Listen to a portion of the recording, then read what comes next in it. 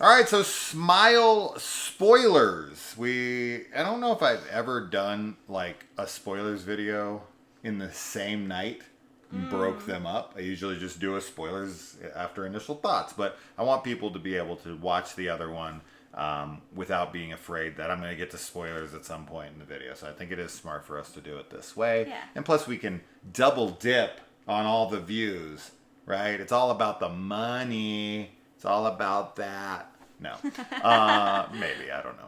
But, okay. So, spoilers, guys. If you haven't seen Smile, shut this off. Go see it. It's a really cool film. And we're going to be discussing everything about it. So, really, mostly what I just want to discuss is a lot of the psychological trauma and what that means for the villain and what that could mean for it and what it means for her. How do you beat it? Is it beatable? You know, all those kinds of things. So, first and foremost, and something I not mentioned in the spoiler-free one is just because I want people to experience it for themselves, and I'm just going to keep it for here. But, like, the real horror of the movie for me was the company she kept. And just, like... And this... Like everything, this is why I did really like this, and I felt like it had a lot of depth, and why I feel like so much of this works is because there is an explanation in the film, at least the way I interpreted it, for why she is surrounded by people who suck and don't believe her and don't give her the benefit of the doubt, right? She's got her husband, played by A-Train. I mean, already you know he's an asshole. It's fucking A-Train. It's A-Train. Right? If you guys haven't seen The Boys, it's the same actor who plays the character in that show. Anyways, so yeah, we've got our main character here, and she's married, or she's about to. She's engaged to A-Train, and you know, as soon as shit happens, right? Because and this is one of those scenarios, right, where it's like the monster almost has a fail-safe built into it that no one's gonna believe you. Yeah. Right? Now, even if they do, there's nothing they can do to help you. Yes. But I do think, and this is going to be this big branching thing, and I'm going to let you talk. I have so many things to say. But like, part of it is the isolation. Part of it is breaking down because it knows you from the inside, right? Like, it can control your mind. So it can read your thoughts. It knows about her mom. It knows how to play off of her trauma. Because this is what this demon's all about, is trauma, right? And this is how it latches itself onto you, is by creating trauma in front of you. But like, part of its plan is to break down all your lines of communication, all of your support systems. It takes those people around you that you know, and it pushes on those buttons. How do I disconnect her from her sister?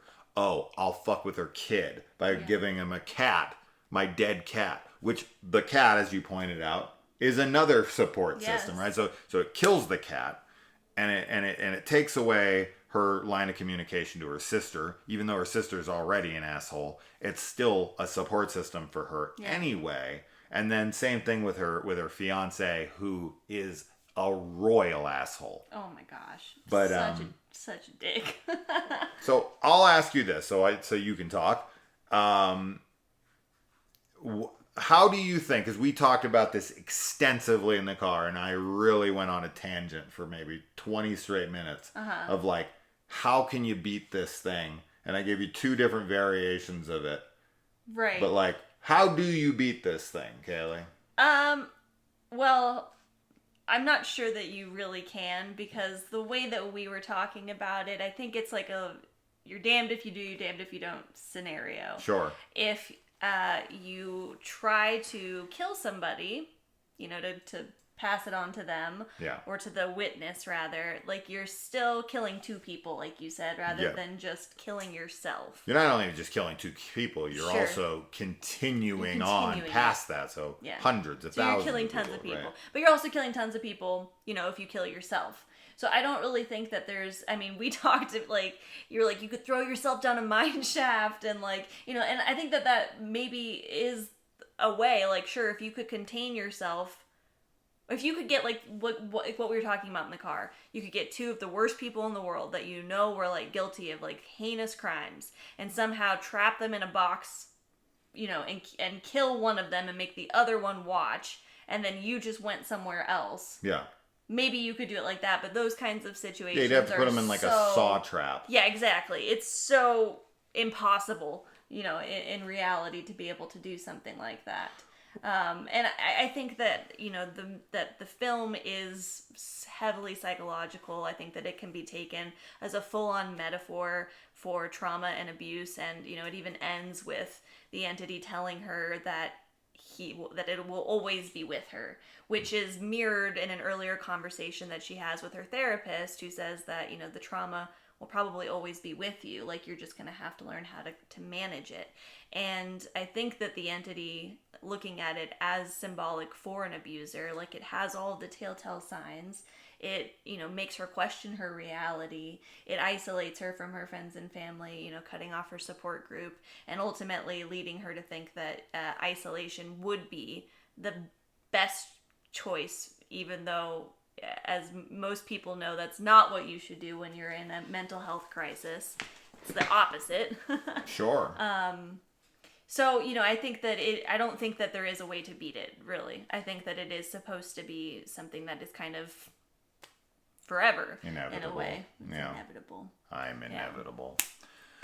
Yeah, I mean, as I had said to her, like, yeah, you could do the sacrificial way, the selfless way, and try to kill yourself in a way that no one ever finds your body. That guy's back in the house again. Yeah, the spider just keeps coming in and out of the house. Anyways, but like, you could, right? Like, you could kill yourself in a way where no one ever finds your body. Because if someone finds your body, that will be the trauma that sets them off and will latch that, you know, what did we call it? We called it like a demon, like a... The possession? No, curse? No, like... It's like a jester. It's like a... Oh, yeah. Like trickster. Trickster demon. Trickster spirit. Right. Yeah. So, and as we said, this demon gets off on terrorizing and messing with its eventual victim. Right? It could kill him at any moment, maybe. We talked about this to where it's like, why does it wait? And I think it waits for 2 reasons. It gets off on. This is why it smiles, right? It likes what it's doing. It's coming after him like, this is fun for it. But also, it has to break you down to a place where you're vulnerable enough to take over. Yeah. But I think it also enjoys the journey getting you there and watching all the different ways that you go through this thing, and it just enjoys doing this, which of course is terrifying.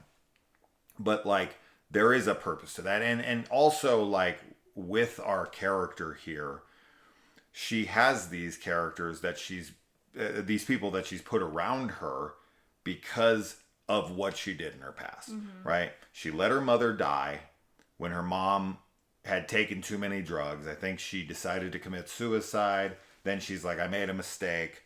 I don't want to die. Can you call the police? And this girl's 10 years old. Her mom is a monster to her. Yeah. And she's just like, I want it to end. And she walks out. But in that moment, she curses herself. You know, this is the other curse that she bears, is the curse of guilt. Unending guilt. I'll be with you forever, right? It's the same thing. It's never-ending guilt that she carries, and she carries it so much into her life that it becomes her profession to try to make amends for what she's done. She's trying to fix people like her mom or whatever.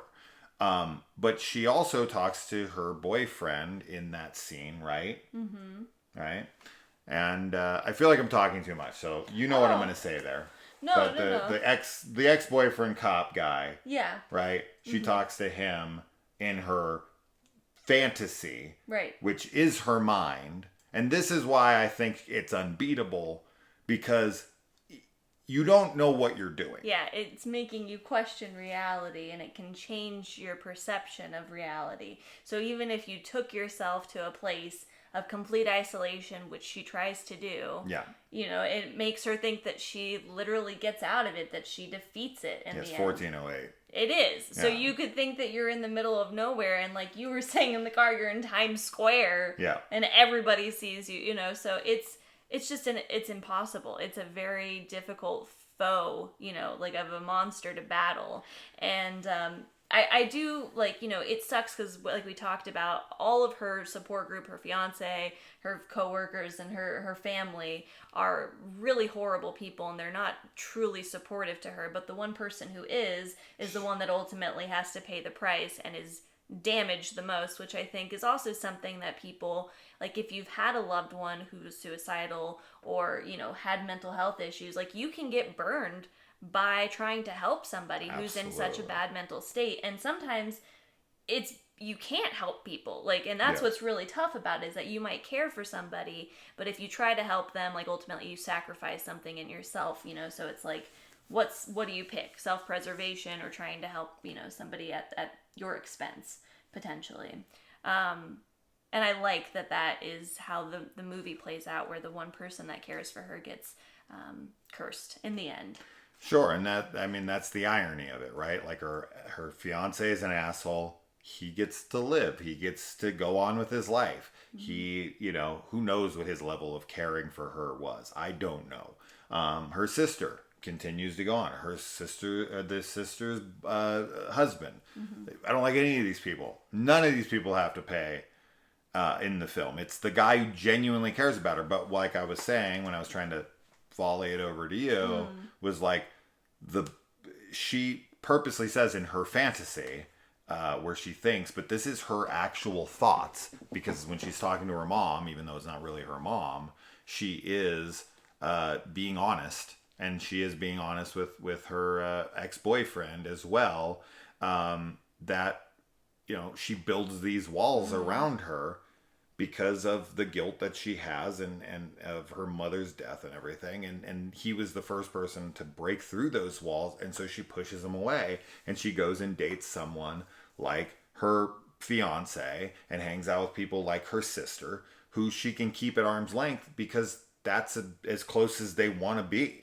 Yeah. So, and then she buries herself at work, working 80 hours a day, because she doesn't really have 80 hours a day. 80 hours a day, sorry. 80 hours a week. Yeah. Imagine. Oh my goodness. That's a Beatles song right there. But yeah, you just got like, you've got this environment now that she's created where she drowns herself in work and keeps her relationships very surface level. Yeah. You know? Yeah. So, yeah. So there's that. Mm-hmm. And then there's also the fact that, I had so many things I was trying to say, and I was trying to get to them, but you were talking, and I was like, sorry. wait, hold on. No, I want to get there. Talk, yeah. No, we'll get back to them. But let's talk about the monster. Yeah. Let's talk about the smiles. Obviously, we got the normal like smiles that you see in the trailer. Those are good. But then you've got the terrified scene where the body walks up to the car and then the head flips over. Oh my god, I loved that. Yeah. It was so creepy. Yeah. There was a lot. I mean, even like when she is listening to the audio and she hears something and like she turns the volume up 2 times and it like, you know, is close up and then there's somebody next to her.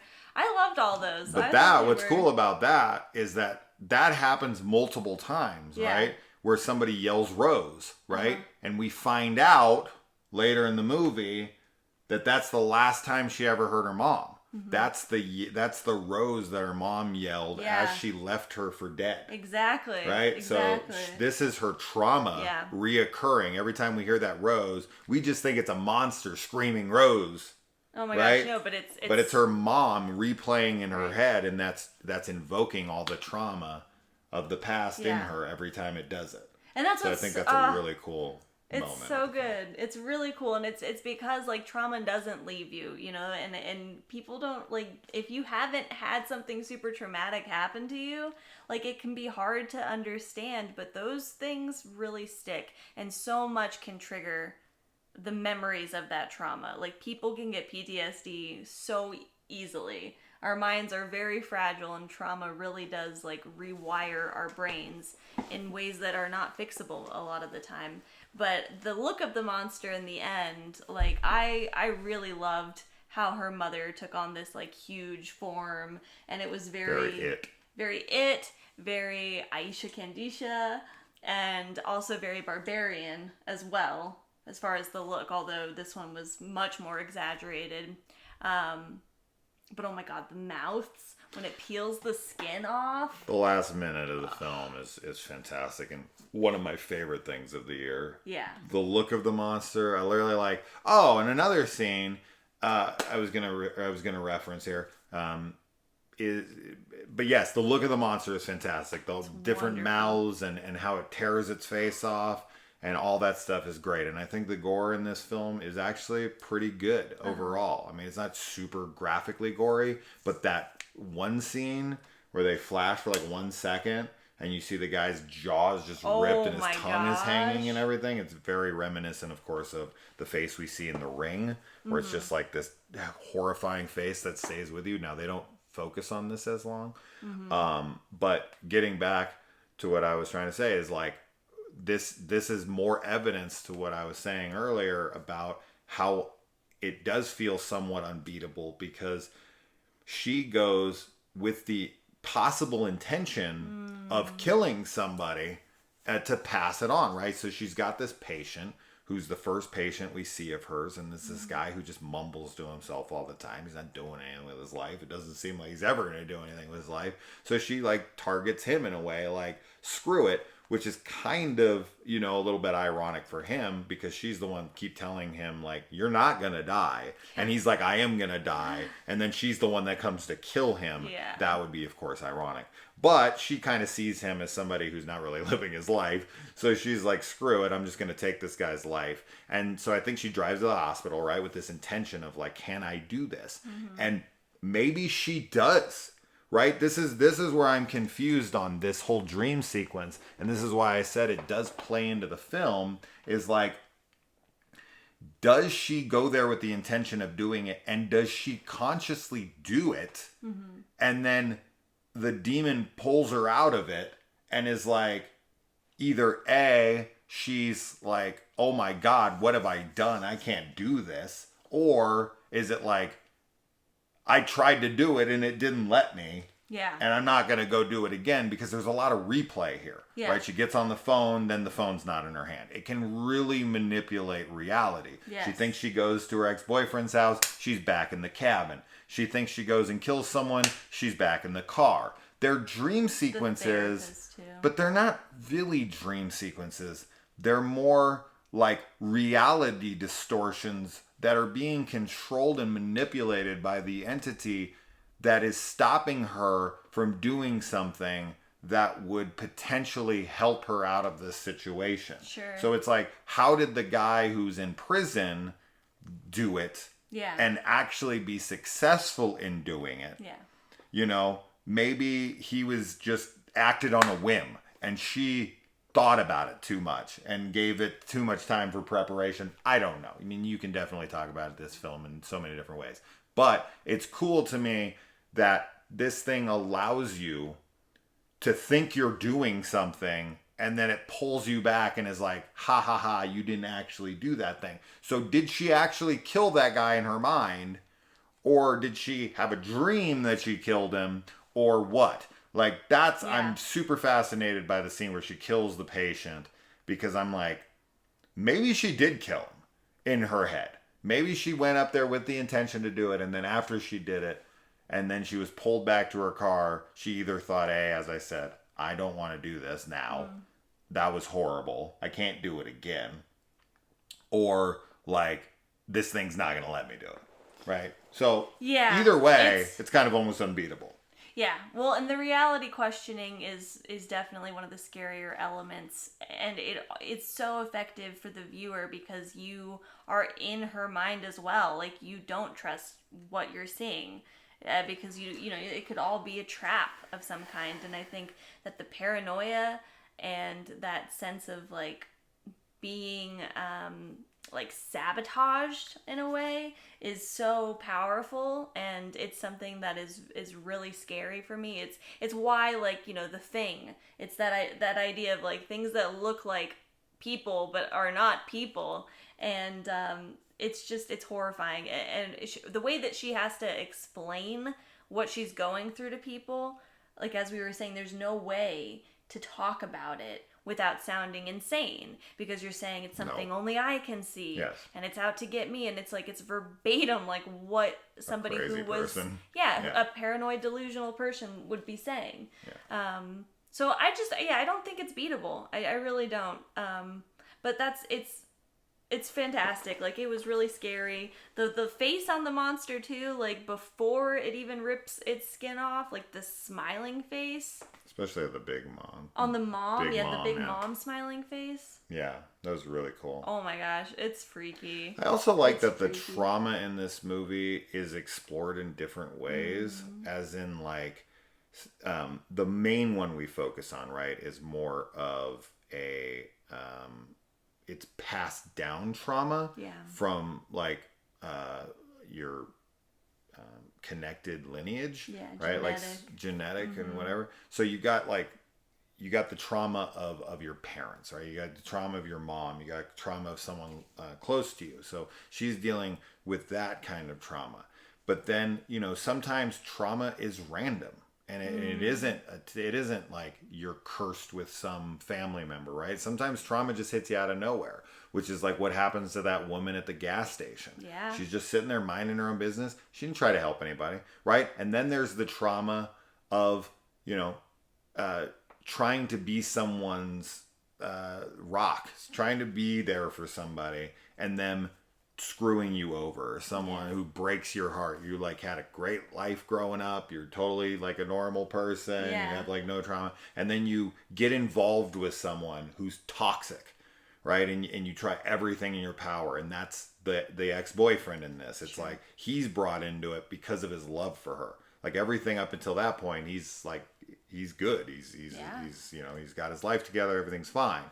And this is even kind of said in the film when she comes over to his house, like my day was going pretty good until you came here, right? Sure. Like everything was good for him. Everything was not good for her when we met her. She'd already went through so much trauma. Then we got him, everything's going good for him, and then she walks into his life and he cares about her, so he tries to help her. And then you've got the random people, like the girl who comes into her office, it's just like her teacher. Yeah. And then the guy before that, it's just somebody walked into an elevator and killed themselves. Gosh. And then another person, it's like grabs a garden tool and kills himself in front of the girl in front of the gas station. It's like sometimes it's random. Yeah. Sometimes it's this. Sometimes it's that. Trauma can come in so many different ways. Yeah. But it's the shared trauma that everybody has to pay for in this, and in real life too. So yeah, I think we explored everything there. The traumas, how you can beat it, the kind of monster it is, how it thrives, how it takes over. Yeah. The film also, like, I don't know if we talked about it enough in our spoiler free, but it really looks wonderful too. Like the atmosphere and the color grading that they do, everything is very moody. Sure. And dark, and I really loved that. And I think that the sound design is just phenomenal. I mean, I know that we both love the title card with the flashing smile title, but even just throughout the film, like it's peppered with all these like cool beats that aren't really like heartbeats, but I don't know, it's just frantic and scary sounding, and it really puts you on edge and in her mind. And I really appreciated that. And there's also some cool, just like shots in general. Yeah. A lot of like not vertical, but the flipping, upside down shots that I really liked. And that was the one thing for sitting in like the front row that I thought was neat, because we were like laying back, and it sort of looked like we were flying whenever there's these aerial shots. So yeah.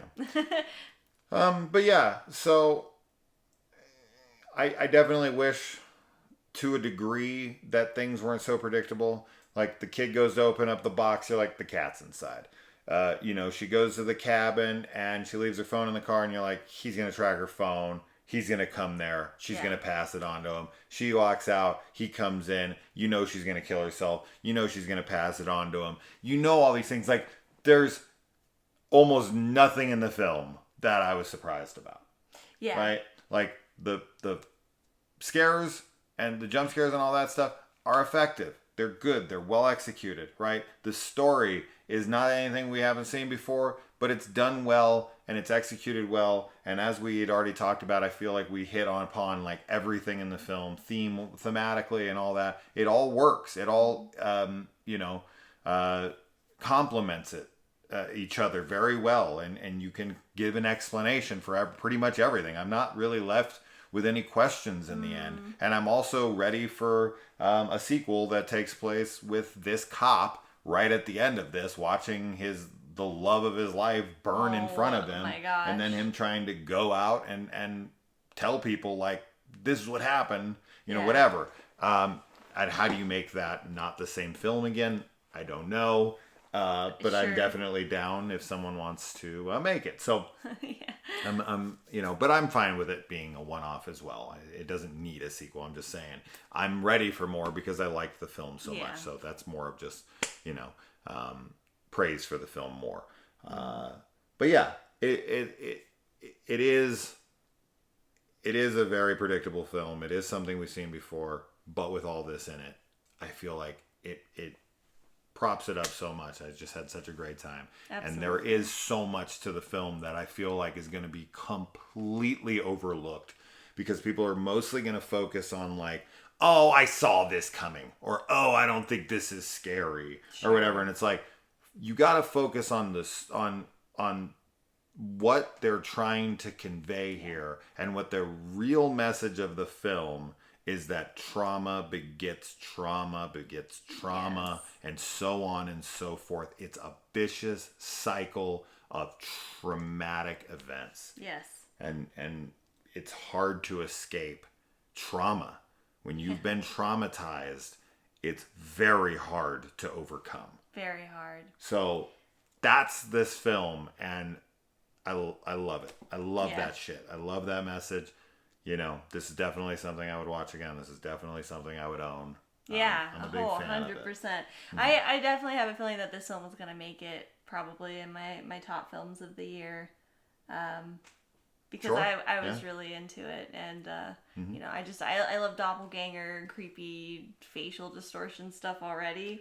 So even before, like, watching it, I was like, I'm into it. This is Truth or Dare done right. Yes, absolutely. Even though I don't hate Truth or Dare like most people, I think Truth or Dare is fine. I think it's a watchable movie that's like a one-off, and you're like, that was okay. It was entertaining enough. But this is like way deeper, way much better executed. This is elevated Truth or Dare. Oh my goodness. Okay. So we're done, unless you can think of anything else. No. I think we covered everything, but let us know what you guys thought. Yeah.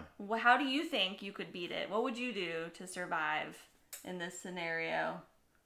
The ex-boyfriend in this is from the Nightmare on Elm Street remake.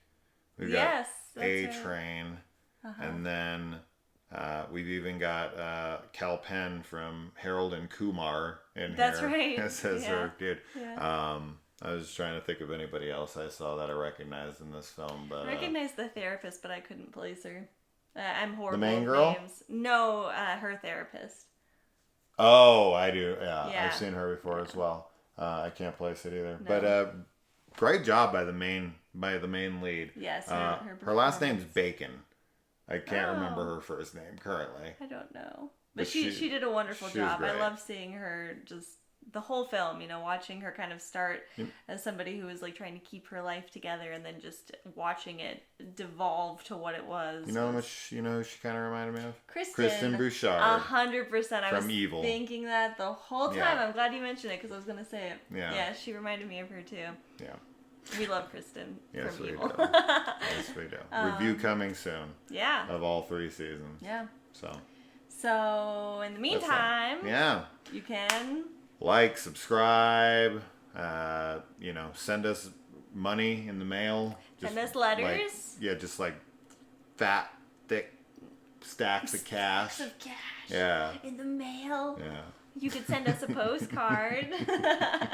Or you can just, like I was saying, comment and tell us how you would beat this thing. But subscribe for sure. And check out the Patreon and the TikTok. Yeah. Yeah. All right, guys. Bye. Bye.